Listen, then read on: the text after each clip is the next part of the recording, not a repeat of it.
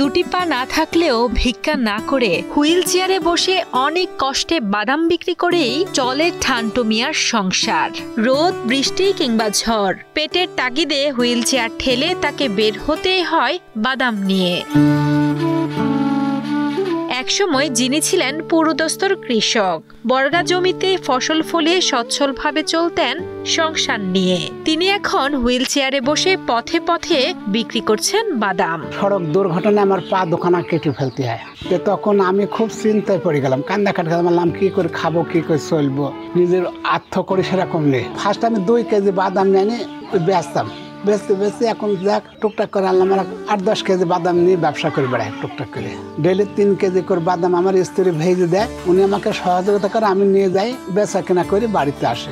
200-250 এইভাবে আমাকে ইনকাম হয় আল্লাহর রহমতে। মেহেরপুরের গাংনী উপজেলার যোগীরগোফা গ্রামের বাসিন্দা হেলাল উদ্দিন ওরফে ঠান্টু মিয়া ছিলেন একজন কৃষক। জমি বর্গা নিয়ে চাষ করেই চলত তার পরিবার, কিন্তু 2020 সালে এক ভয়াবহ সড়ক দুর্ঘটনায় তিনি হারান 2 পা।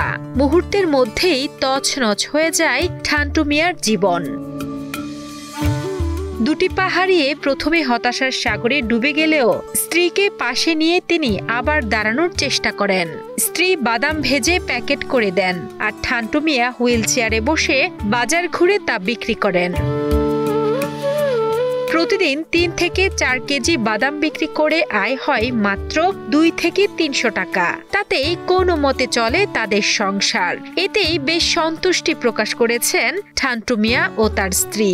ভিক্ষার থালা হাতে তুলে না নিয়ে কষ্ট করে কাজ করেই বাঁচতে চান তিনি।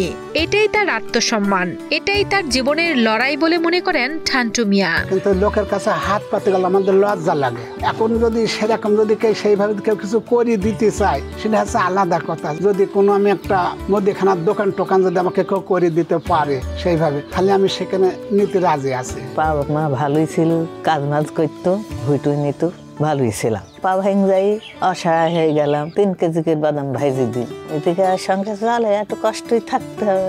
স্থানীয়দের কাছে ঠান্টু মিয়া এখন অনুপ্রেরণার নাম। শরীর অচল হলেও মনের জোরে তিনি দেখিয়ে দিয়েছেন সততা থাকলে কোনো বাধাই পাহাড় সম নয়। তবে এই বয়সে এসে রোদ বৃষ্টির মাঝে খোলা আকাশের নিচে এই কষ্ট থেকে বাঁচতে তার জন্য সরকারি বেসরকারি সহযোগিতার আহ্বান জানান তারা।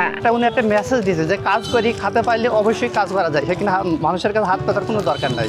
আসলে ভালো, যদি তাকে সহযোগিতা করে আমার মনে হয় আরো একটু ভালো হয়। ভিক্ষাবৃত্তি সেজও করে না। এর মধ্যেও যদি কেউ মনে করতো যে একটা দোকানপাট করে দেওয়ার মতন কোনো একটা ব্যবস্থা করে দিত, তা আমার মনে হয় যে আরো একটু ভালো হতো। হেলাল উদ্দিন ওরফে ঠান্টু মিয়ার এত কষ্ট দেখে সরকারিভাবে তাকে আর্থিক সহায়তা করার আশ্বাস দেন মেহেরপুর গাংনী উপজেলার নির্বাহী কর্মকর্তা আনোয়ার হোসেন। আমরা তাকে সাধুবাদ জানাই যে তিনি ভিক্ষাবৃত্তিকে পাশ কাটিয়ে তার নিজের থেকে করে খাওয়াটা, আমরা এটাকে সাধুবাদ জানাই। সরকারের যে সকল ভাতা দিয়ে রয়েছে অথবা অন্যান্য যে সকল সুবিধা দিয়ে রয়েছে, আমরা সেগুলো পাশাপাশি উপজেলা প্রশাসনের পক্ষ থেকে তাকে আমরা সহায়তা দেওয়ার চেষ্টা করব।